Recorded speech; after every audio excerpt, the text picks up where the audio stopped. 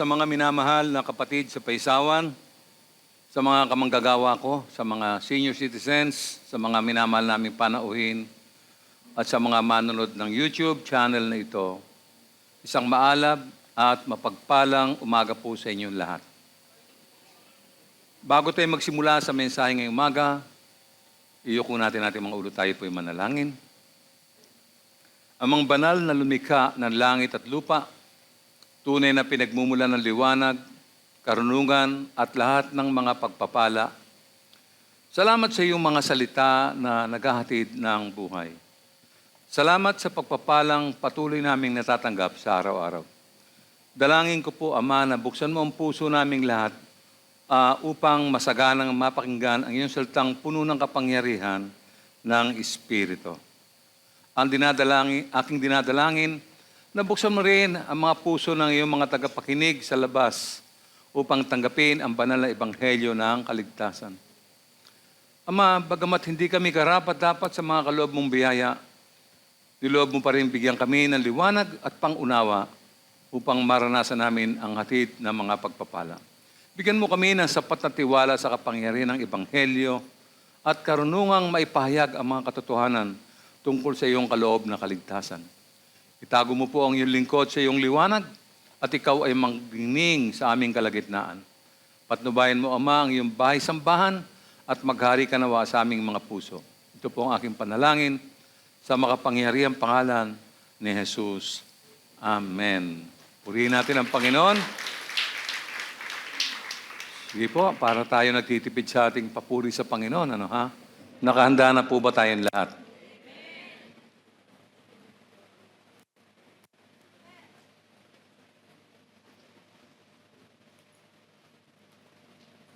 Maganda po yung lineup ng awit natin, no? Parang bumabalik yung mga lumang awitin at naghahayag ng pag-ibig ng Diyos sa atin lahat, no? Alam niyo, ang kamatayan po ni Jesucristo sa krus ng Kalbaryo ay isa pong mahalagang mensahe sa lahat ng tao, no? Ito kasi ang kapangyarihan ng Diyos upang maligtas ang tao sa kasalanan. Ito ay magandang balita na nagsasabing mahal ka ng Diyos, no? Sa makatid, ang mensahe po ng krus ay mensahe ng kaligtasan. Ang krus po ay simbolo ng Kristyanismo at sentro ng relihiyon. At ayon nga po kay Apostol Pablo sa unang Korinto 1:18, ang mensahe tungkol sa pagkamatay ni Kristo sa krus ay kahangalan para sa mga taong naliligaw ng landas. Ngunit ito'y kapangyarihan ng Diyos para sa ating mga naliligtas, no? Doon po sa mga nakaupo at nakikinig sa sandaling ito, no? Maring bago ka pa lamang sa church nito o maring matagal ka na, pero nais ko lang tiyakin sa iyo ngayong umaga na iniibig ka ng Panginoon. Nais niyang iligtas yung mga hindi pa naliligtas. Dahil ang tao ay makasalanan at hindi kayang iligtas ang kanyang sarili, ipinadala po ng Ama ang kanyang anak upang ibuhos ang kanyang banal na dugo sa Kalbaryo upang tubusin ang mga makasalanan at maligtas. No? Alam nating lahat na ang mundo ay nasisira at ang tao ay patungo sa hindi mapipigilang kapahamakan. Diyan po pupunta ang tao. Ang tanging solusyon ay matatagpuan sa kamatayan ni Jesus, ang anak ng Diyos. Kailangan nating ipangaral ang ebanghelyo ni Kristo para sa kaligtasan natin at ng iba.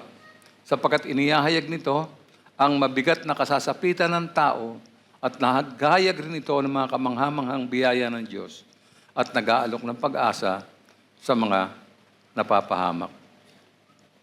Sa umaga pong ito ay tatalakayin natin ang isang kasaysayan na mananatili sa mahabang panahon. Ang paksa natin ay may pamagat na The Enduring Message of the Cross. Ito po yung mula sa mga panulat ni Isaias, no? From chapter 53, verse 1 to 12. No? So, sino sa atin ang minsang nakipagtalo sa ating mga magulang? Meron ba? Maaring nagsimula lamang to sa isang malit na pagtatalo, pero sa hindi malamang dahilan, lumaki po ito at hindi na nakontrol. Nagsasagutan na kayo. either ng tatay mo o ng nanay mo, no? So lumipas ang mga oras, hindi kayo nag-uusap at umabot ito ng ilang araw hanggang sa lumipas ang linggo. Dahil sa pagtatalong ito, nawala po ang kapayapaan sa loob ng tahanan. Nangyari ito sa maraming pagkakataon at hindi po maiiwasan. So ano po ang maaaring maging epekto nito sa buhay natin, no? Sa kwentong ito ngayong umaga, no? Ito po isang kwento na nangyari nagmula sa isang matinding pagtatalo sa pagitan ng isang ama at ng anak, no? Nagalit ang ama dahil naghahatid ng kahihiyan yung anak sa mga bagay na mga immoral, illegal at mapaminsalang mga gawain. Natuklasan po ng kanyang ama, no,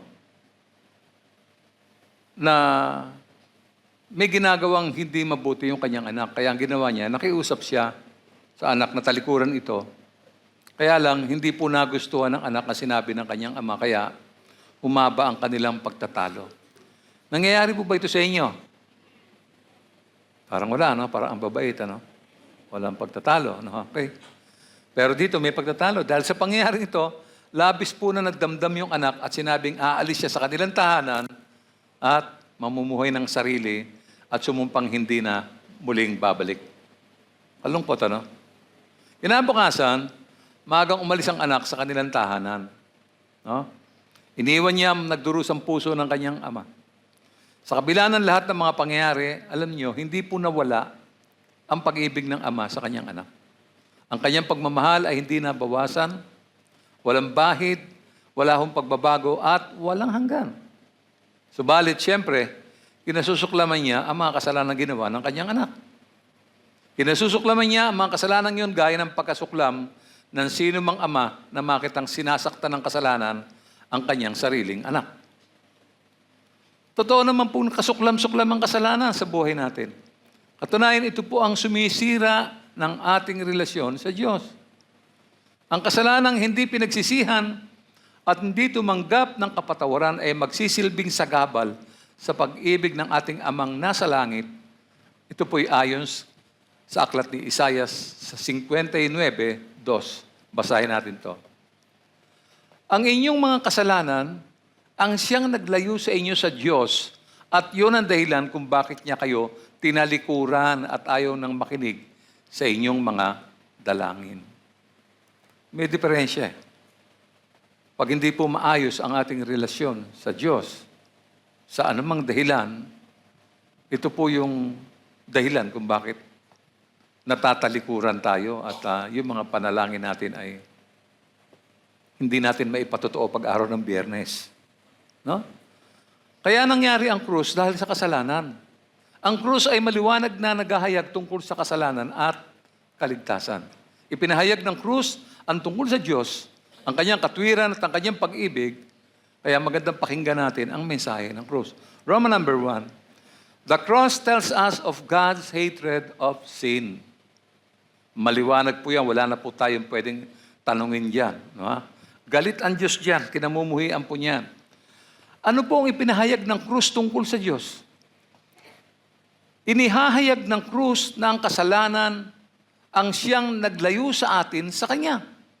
Sinasabi sa aklat ng Roma na sa kabila nito, ipinakita ng Diyos ang Kanyang pag-ibig sa atin kahit na noong tayo ay mga makasalanan pa. Ganito po ang pagkakapahayag ni Apostol Pablo sa aklat ng Roma 5. Ngunit, ipinadama ng Diyos ang Kanyang pag-ibig sa atin nang mamatay si Kristo para sa atin noong tayo'y makasalanan pa. Advance ang Diyos eh. No? Noong makasalanan tayo, noong matitigas ang ulo natin, alam nyo, naroon ang Panginoon. No? At namatay siya para sa atin. Sinasabi po ng Biblia na si Jesus ay namatay para sa mga makasalanan tao.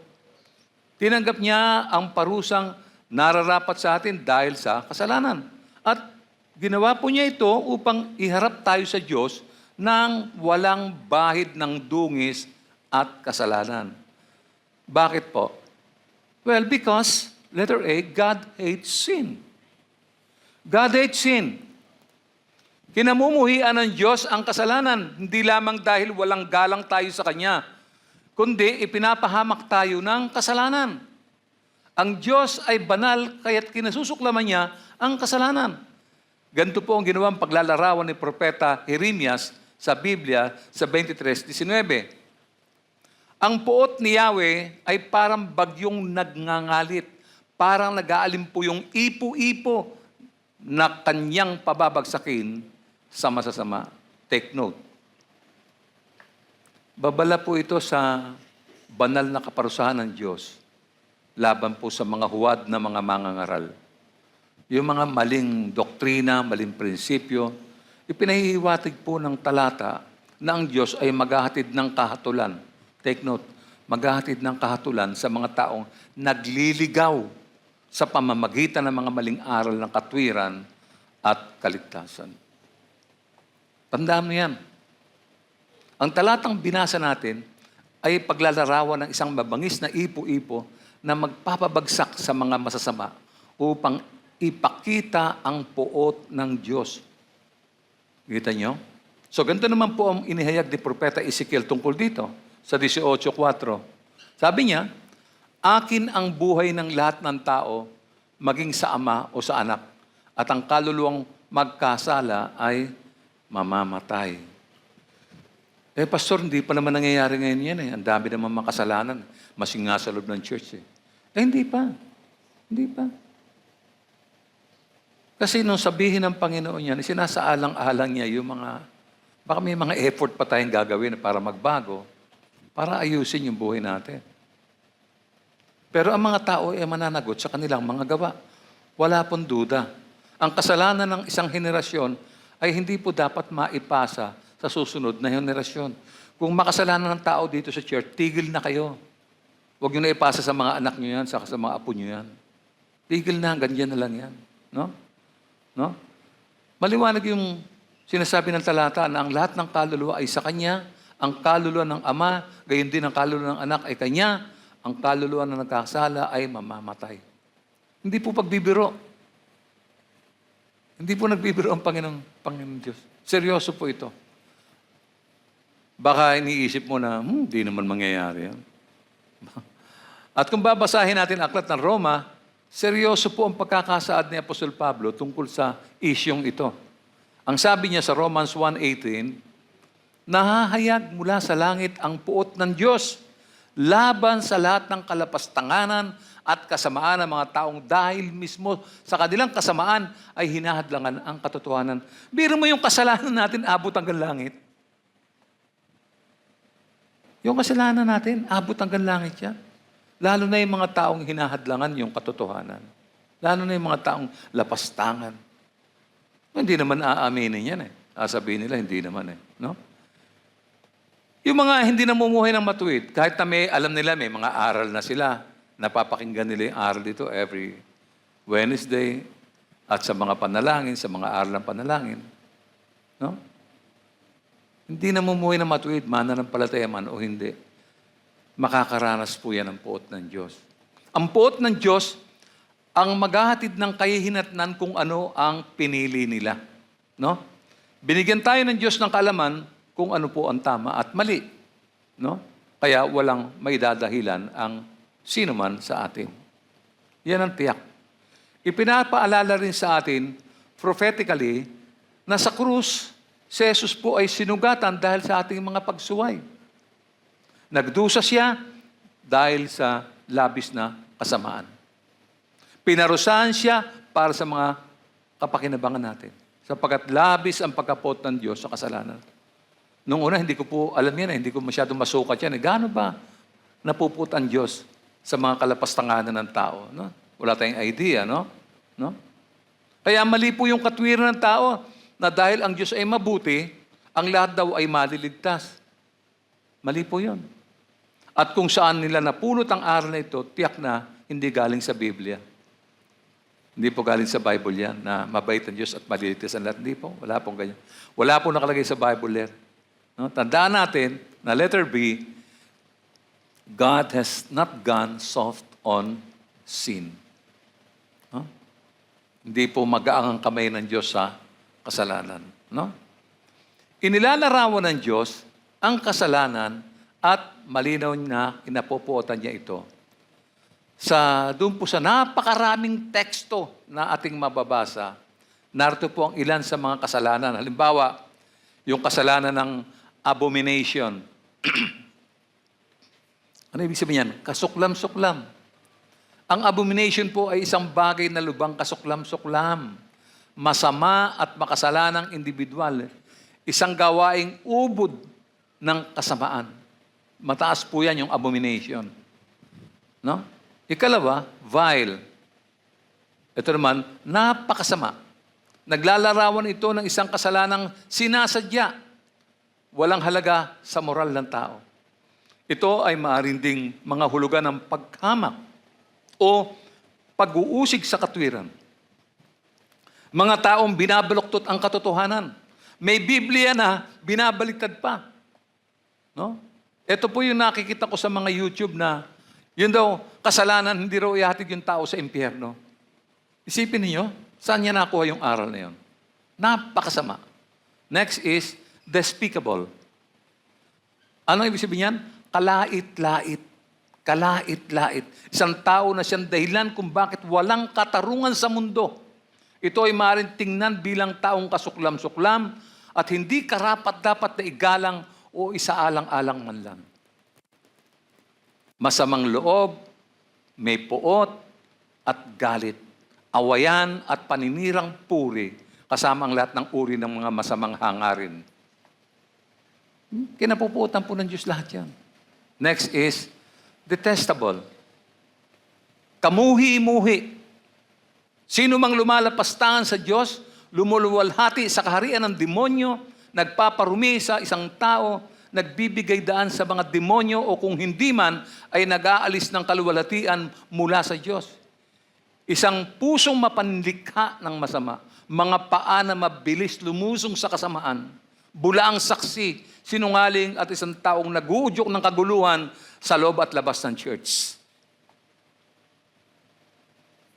Nag-uudyok. Nag-uudyok. Medyo demonic ito, no? Next is abhorrent. Labis na pagkasuklam at pagkamuhi. Ang isang magandang halimbawa dyan ay yung racial discrimination. Alam ba niyo sa ibang bansa? Pag hindi ka nila kakulay. At yung isa pa, contemptible. Kadusta-dusta. Alam niyo, sa buong Biblia, ang paghamak ay kawalang galang at iniugnay sa mga tao o bagay. Nangangahulugan din na sinungaling, palalo, at nagsasalta ng kayabangan laban sa matuwid. Kahit sa lipunan natin ngayon, if you will observe, no, kinukusinte at binabaliwala ang mga gawaing masama. Yung pagsisinungaling, parang ordinaryo na lang yun eh. Even for Christians, ang dami sinungaling na Kristiyano. I wonder ba't sila tinawag na Christian? No? Meron pa yung mga pakindat-kindat na humihikayat sa kasalanan. Alam ba niyo, kasalanan din yun, mga pakindat-kindat. Kinamumuhian po ito ng Diyos. Ganito po mababasa natin sa Aklat ng Kawikaan sa 16:30. Mag-ingat ka sa taong pangiti-ngiti at kikindat-kindat pagkat tiyak na mayroon siyang masamang binabalak. Di ba? O, mga tao sanay na po dyan eh. Nangyayari po yan. Ganito naman ang sinabi ni Apostol Pablo sa Efesos 5:6. Ang sabi niya, ang babala niya, huwag kayong padaya kanino man sa pamamagitan ng mga pangangatwirang walang kabuluhan. Sapagkat dahil nga sa mga ito, ang Diyos ay napupuot sa mga suwail. Napapakinggan natin yan eh. Marahil naintindihan natin yan, ano? At marahil nagiging bahagi tayo ng mga ganyang gawain. Pero hindi naman natin naaaminin yan eh. Napapakinggan lang natin yon, pero parang dumaan lang yon. Pero, guilty tayo dyan. Ganyan po ang nadadama ng Diyos sa kasalanan. Kaya, kinamumuhian ng Diyos ang kasalanan. Hindi lamang dahil winawalang halaga natin ang salita niya, kahit na napapakinggan na natin, parang wala lang. kundi dahil sinisira ng kasalanan ang buhay ng maraming tao. Araw-araw. Kailangan nating maintindihan ang epekto nito sa buhay natin. Ganito pa ang paalala ni Apostol Pablo sa mga taga-Epeso sa 4:30. At huwag na ninyong saktan ang kalooban ng Espiritu Santo ng Diyos sapagkat siya ang tatak ng Diyos sa inyo. Ang katibayan na kayo'y tutubusin pagdating ng takdang araw. May pangako ang Diyos eh. Kaya kailangan talagang magtiyaga tayo. No? Ingatan natin yung mga bagay na makapaghahatid ng parusa sa atin. Kasi hindi biro yung parusa. Kausap ko yung mga dance ministry noong isang araw, pinaliwanag ko sa kanila. Na hindi biro-biro. Alam mo ba, pag ikaw nagpatuloy sa ginagawa mo at napunta ka sa impyerno, walang makapagliligtas sa'yo roon. Masisi Tatay Abraham. Sabi nga ni Abraham sabi ng mayaman kay Tatay Abraham, baka pwede pong papariyan ninyo ako. Ay hindi, malalim ang pagitan natin. Yung mga taga-riyan, hindi makakaparito. Yung mga taga-rito naman, hindi makakapariyan. Malalim ang kahuhulugan ng kasalanan. Kaya hindi mo pwedeng sabihin, wala naman yan Parang hangin lang yan. Hindi po. No? Nasasaktan ang Diyos Lalo nga kung anak ka na niya.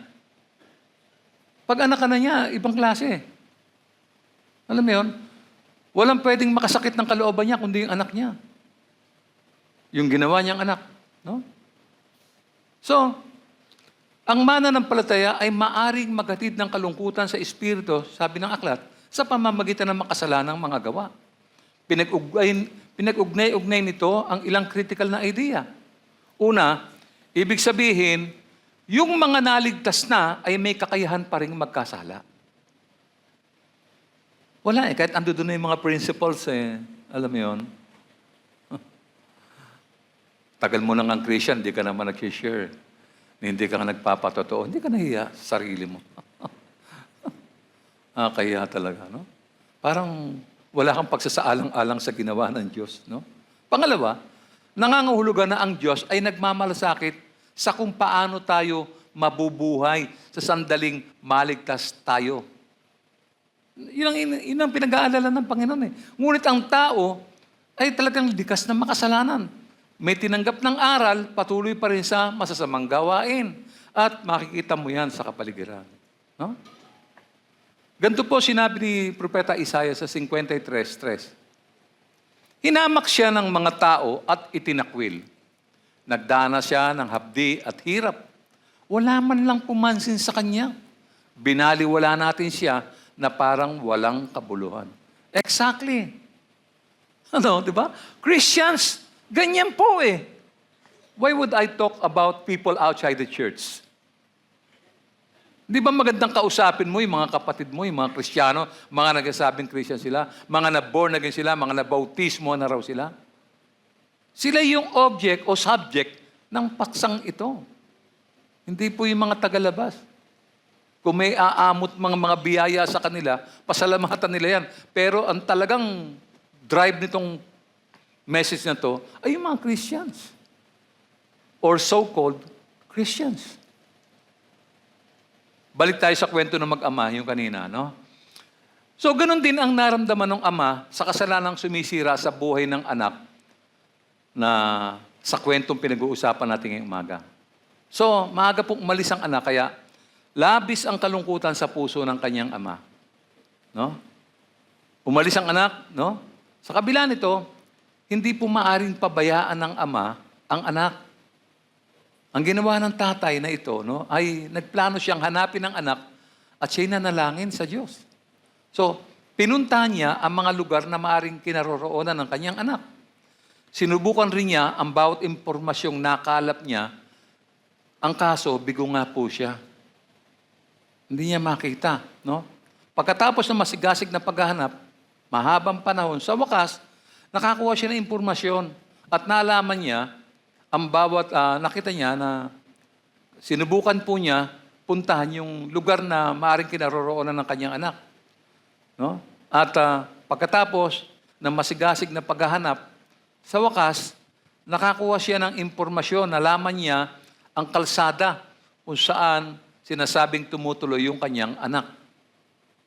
No? Nagmamadali siyang pumunta sa kalsadang iyon na nasa malayong lungsod at hindi nga nag-aksaya ng panahon na hinanap ang anak upang maibalik sa kanilang tahanan. Alam mo, gulong-gulong puso ng tatay na to. No? Ganon din po ang krus. Ang krus, walang humpay na nagsasalita hanggang sa panahon nga ito. Nangungusap pa rin ang krus. Ninanais ng Diyos na hanapin at iligtas ang bawat taong nakahiwalay sa Kanya, pati na yung mga nanlalamig at dumadalo sa Kanyang gawain. Mga taong nasa ministry, pero mukhang hindi nila damdam ang kanilang ministry. Mukhang hindi nila dama yung mga gawain ito. Ninanais ng Diyos na hanapin sila, no? At maligtas. No?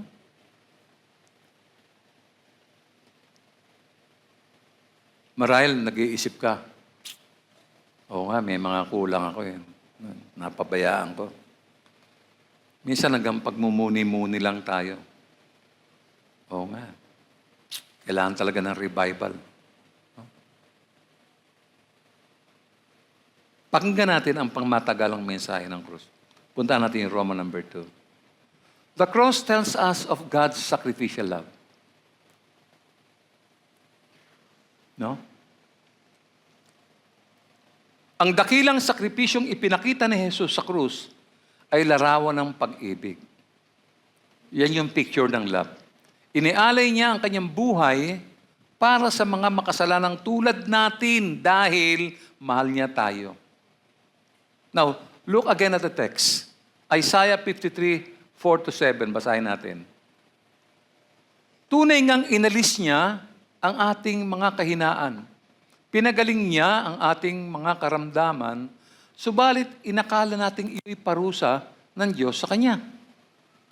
Ngunit dahil sa ating mga kasalanan, kaya siya nasugatan. Siya ay binugbog dahil sa ating kasamaan. Tayo ay gumaling dahil sa pahirap na dinanas niya at sa mga hampas na Kanyang tinanggap. Tayong lahat ay tulad ng mga tupang naliligaw. Nagkakanya-kanya tayo ng lakad. Ngunit ipinataw ni Yahweh sa Kanya ang kaparusang tayo ang dapat tumanggap. Siya ay binugbog at pinahirapan. Ngunit hindi kumibo kahit isang salita. Tulad ay tupang nakatakdang patayin. Parang korderong hindi tumututol kahit nagupitan at hindi umiimik kahit kaunti man. Yan po yung larawan ng ating Panginoon Kristo na siya'y arestuhin at pahirapan bago ipako sa krus. Sa akin, vivid na vivid yan, yung larawan na yan. Kitang-kita ko po yan. Kitang-kita ko po yan. Ito pong talatang ito ay propesiya na ang Mesiyas ay magdurusa para sa mga kasalanan ng sanlibutan. At ang kanyang pagdurusa ang magiging panlunas para gumaling tayo. Tinatampok din sa talata ang isang taong nagdusa upang maging tanglaw ng pag-asa para doon sa iba. Ang lahat ng ito ay dahil sa pagmamahal sa atin ng Diyos. Minahal niya tayo ng buong sakripisyo. Kaya wag po natin kalilimutan na, letter A, God hates sin, but He sacrificially loves sinners. God hates sin. Suklam na suklam po siya dyan. Tunghayan po natin ang sinabi ng Panginoong Diyos sa verse 10. Sinabi ni Yahweh, ang kanyang paghihirap ay kalooban ko. Ang kanyang kamatayan ay handog para sa kapatawaran ng kasalanan. Dahil dito'y mabubuhay siya ng matagal. Makikita ang lahing susunod sa kanya at sa pamamagitan niya'y may sasagawa ang aking panukala. Precisely, yan po ang ginawa ng Panginoon. Sinunod niya ang mga salita ng Ama. The Bible is crystal clear at this point. No? You see, at just the right moment, at the right time, Christ died for us. Basahin po natin ang sinabi ni Apostol Pablo tungkol dito sa Roma 5:6 hanggang 8. Sapagkat noong tayo'y mahihina pa, Namatay si Kristo sa takdang panahon para sa mga makasalanan. Mahirap mangyaring ialay ni Numan ang kanyang buhay alang-alang sa isang taong matuwid, kahit na maaring may mga has na gumawa nito alang-alang sa isang taong mabuti. Ngunit, ipinadama ng Diyos ang kanyang pag-ibig sa atin nang mamatay si Kristo para sa atin noong tayo'y mga makasalanan pa. Can we say amen? Namatay siya noong tayo'y makasalanan pa. Ibig sabihin, parang tinutubos ka na noong time na yon na nandun ka sa gitna at naglalangoy ka sa kasalanan. Anong tawag mo sa pag-ibig na to? Anong klaseng pag-ibig ito? Sinabi ito sa unang 1:4 Ang sabi, ito ang pag-ibig, hindi sa inibig natin ng Diyos, kundi tayo ang inibig niya at isinugo niya ang kanyang anak upang maging handog para mapatawad ang ating mga kasalanan.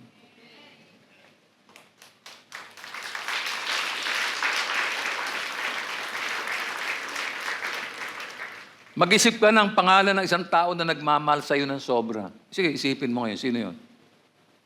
Siguro yun yung mga magulang mo, o yung rahil asawa mo, o maring kapatid mo, o isang tunay at mabuting kaibigan, no? Pag-ibig na walang maliw, walang kondisyon. Ganyan po tayo minahal ng Diyos kasi. Yan po, ang tawag yan, tunay na pag-ibig. True love. Yan ang true love talaga. Naranasan mo na bang tanungin si Jesus natanong mo na ba ito? Lord, gaano mo ako kamahal? No? Ano dumating sa isip mo nang tanungin mo yan? No? O di ba't namatay siya para sa'yo? Anong pagmamahal pa gusto mo? Di ba? Yan ang pag-ibig na hindi natin hinanap hanggang sa matagpuan tayo, mga kapatid. At ibinigay niya ang kanyang sarili sa kamatayan. Grabe. Laliman mo ang pag-iisip mo, kapatid. Habang nakaupo ka ngayong umaga, laliman mo yung pag-iisip mo. Balikan mo yung buhay mo. Paano ka nabuhay, paano ka nag-exist sa mundong ito. No? At bakit ibibigay ng Diyos ang buhay ng kanyang anak para sa iyo? Why? Are you worthy? Karapat-dapat ka ba? Di ba? Ang tindi, no? Parang feel na feel mo yung inabot ka ng Diyos ba? Yung bang, wala yung, hindi, kumbaga sa scratch ka. Hindi ka karapat-dapat, pero isipin niyo ang Diyos, nag-isip siya. At ang mabigat nito, yung buhay pa nung anak ang kapalit. Yung kailangan kasi, requirements, kailangan mamatay yung taong mabuti. Yung kanyang dugo ay kailangang ibubo sa krus ng Kalbaryo para siyang maging panlinis at panghugas sa kasalanan ng sanlibutan. Grabe po yan. Ni sa imahinasyon, hindi natin maiisip yan.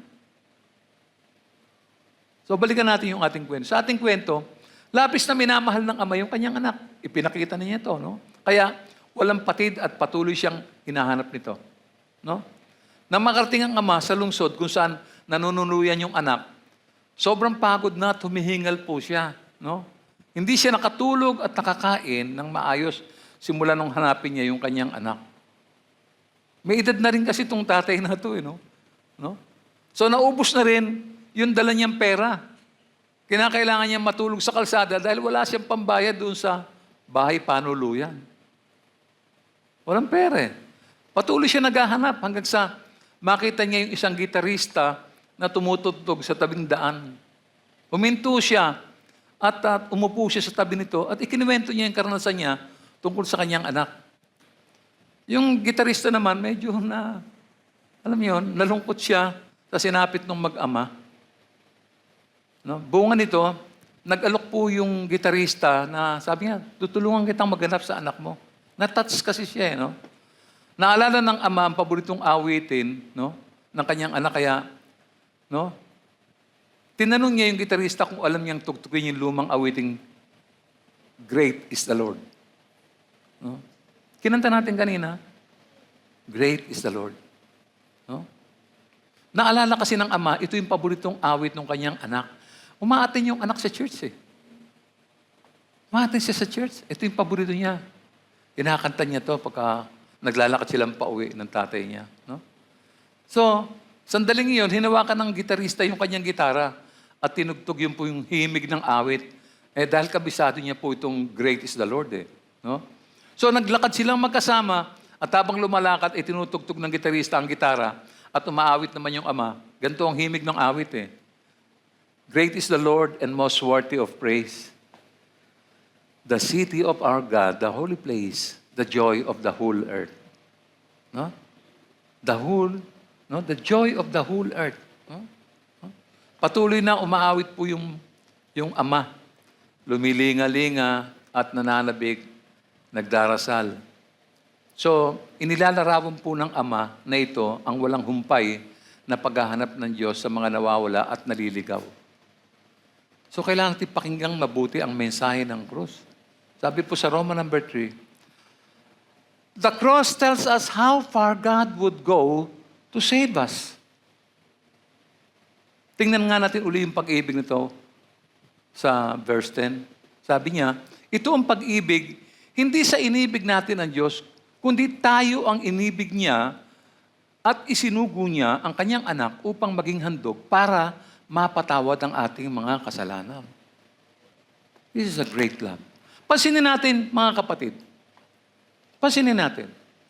Ikinalugod ng banal na Diyos na ihandog ang kanyang anak. No? Si Jesus bilang isang haing banal para sa mga makasalanan. Parang unfair, no? Parang it's not worth it, no? Yung halaga ng buhay ng anak mo kapalit ng mga taong mga salbahe, mga makasalanan. Ako personally, it's not worth it, no? Pero siyempre, iba ang isip ko sa isip ng Diyos, no? Pero ang tanong, hanggang kailan siya nakahandang magpatuloy?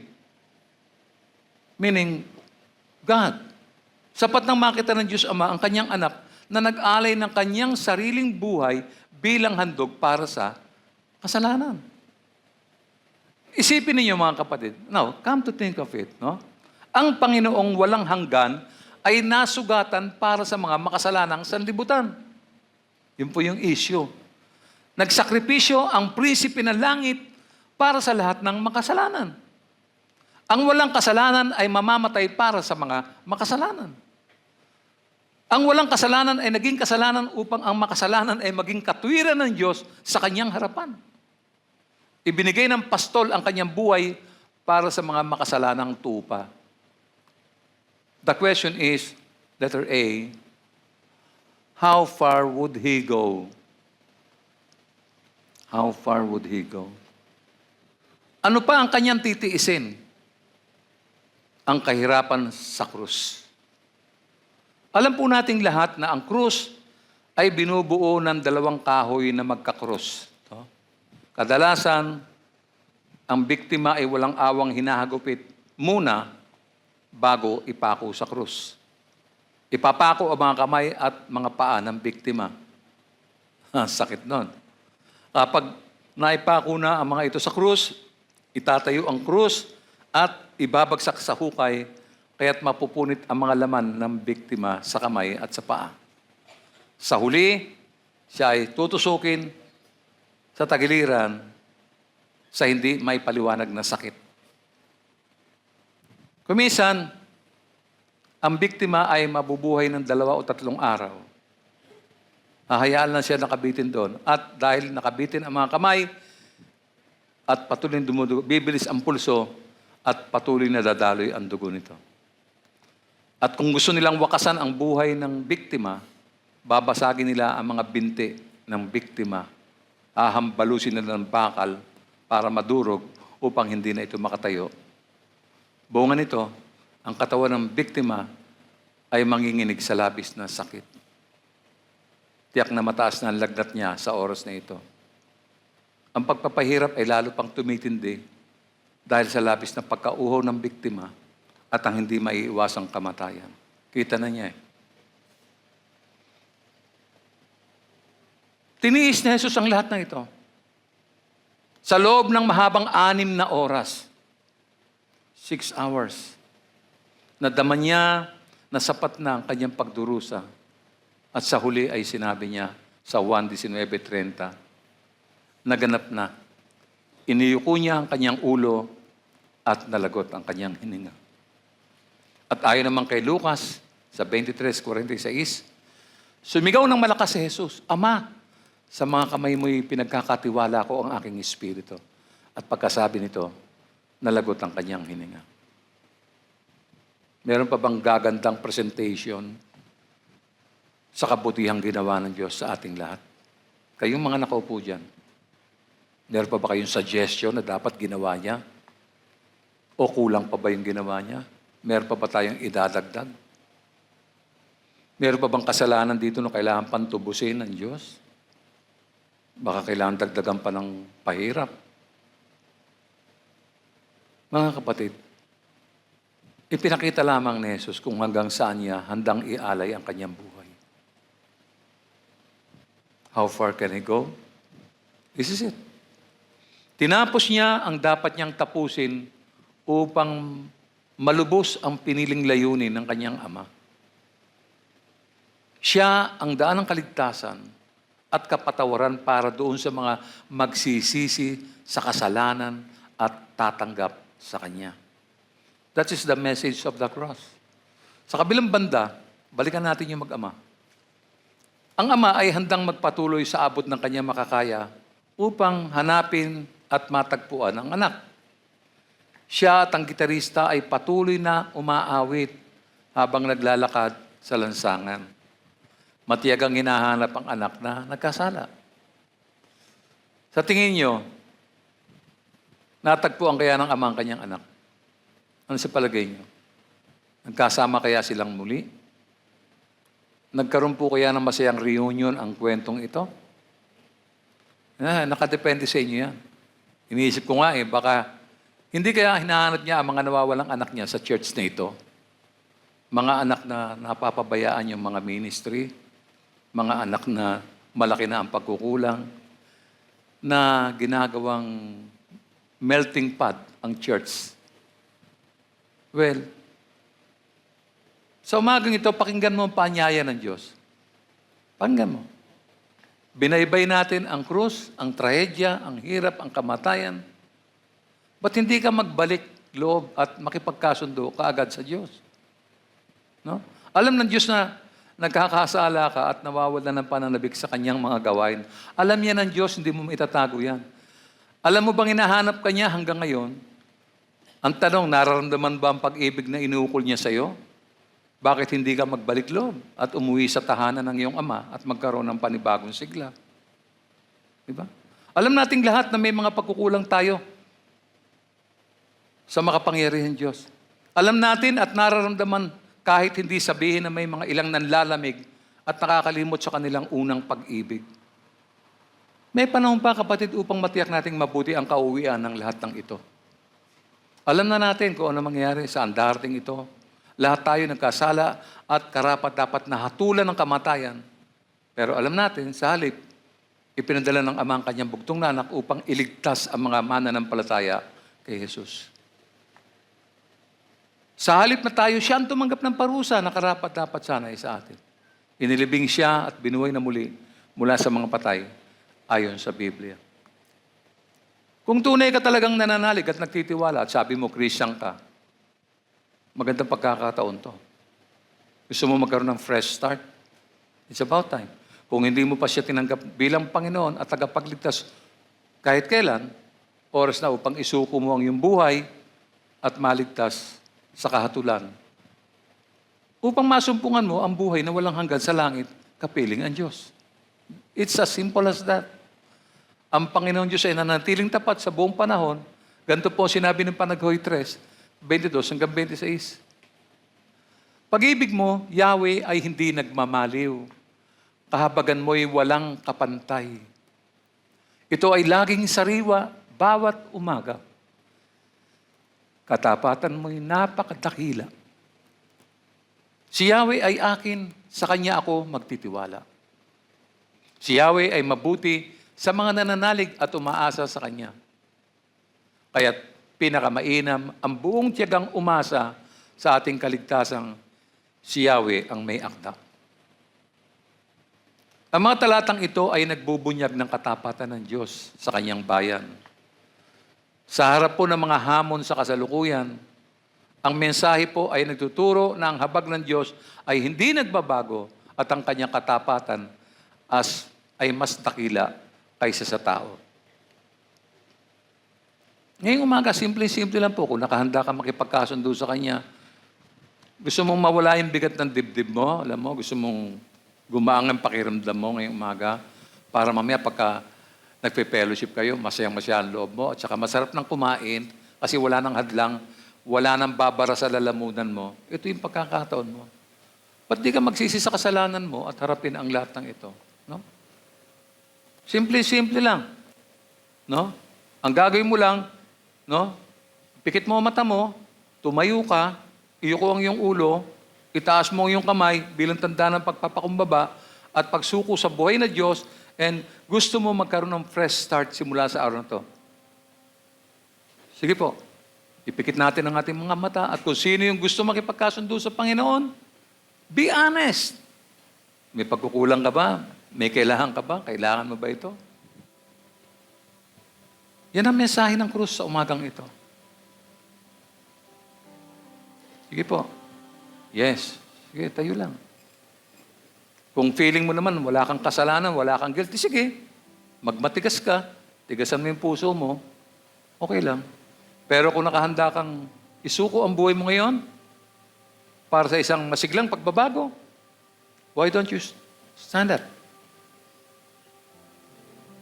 Alisin niyo yung self-righteousness. Narinig niyo na nga yung salitang panawagan ng Diyos eh. Nagmamatigas pa tayo sa puso natin. Wala kang mapapala dyan. Alam mo may mga pagkukulang ka, alam mo namang kulang na kulang ka sa gawain ng Panginoon. Okay? So yun. May gustong tumayo. May gustong mag-alay ng kanyang buhay. Bless you. Ama, batid ko pong malaki ang pagkukulang ko. Ako po'y nagkasala. Ang aking kasalanan siya dahilan kung bakit ako napawawalay sa iyo. Patawarin mo ako, Ama. Nakahanda akong talikdan ang aking mga kasalanan at ngayon ay nagpapakumbaba sa iyong harapan. Lord, patawarin mo ako. Tulungan mo. Nananampalataya ako, Ama, na namatay si Jesus dahil sa aking mga kasalanan. Na muli siyang nabuhay mula sa mga patay. Inananyahan kita, Jesus, na maging Panginoon at makasama ko sa aking buhay. Maghari sa aking puso mula sa araw na ito. Bigyan mo ako ng patnubay ng banal na Espiritu. Tulungan mo ako at hindi ko magagawa, Panginoon, ang sarili kong kalooban. Kundi gawin mo ang iyong kalooban para sa buhay ko. Ama, huwag mo akong bitiwan. Patuloy mo akong iyakapin. Patuloy mo akong samahan. Salamat, O Diyos. Salamat sa buhay ng iyong anak na si Kristo Jesus. Tanggapin mo ang aking pasasalamat. Ito po ang aking panalangin sa pangalan ni Jesus. Amen. Binabati ko po yung mga tumanggap at nagsuko ng kanilang buhay sa ating Panginoon. Purihin natin ang makapangyarihang Diyos. Manalangin tayo na may pasasalamat. Aming mabuting Diyos, maawain na gumagabay sa amin sa pamamagitan ng salita. Ipagkaloob mo nawa na maging masunurin kami at hindi lamang mga tagapakinig ng iyong salita, kundi mga tagatupad din naman. Gamayan kami ng banal na Espiritu upang lalong magkaroon kami ng karunungan at kaunawaan sa lahat ng mga ipinahayag sa amin ngayong umaga. Panginoon, huwag nawang mawala sa amin ang iyong pag-ibig. Sa halip, bigyan mo kami ng matibay na pananampalataya, pagtitiis at katatagan upang malayo sa kasalanan at sa hatid nitong pagdurusa at kahirapan. Tulungan at samahan mo kami na maligtas mula sa kamay ng mga kaaway at maging malayang sumunod sa iyong ganap na kalooban. Salamat, Ama, sa pinagkaloob mong kaligtasan at buhay na walang hanggan. Ito po ang aming panalangin sa pangalan ng iyong anak na si Jesus.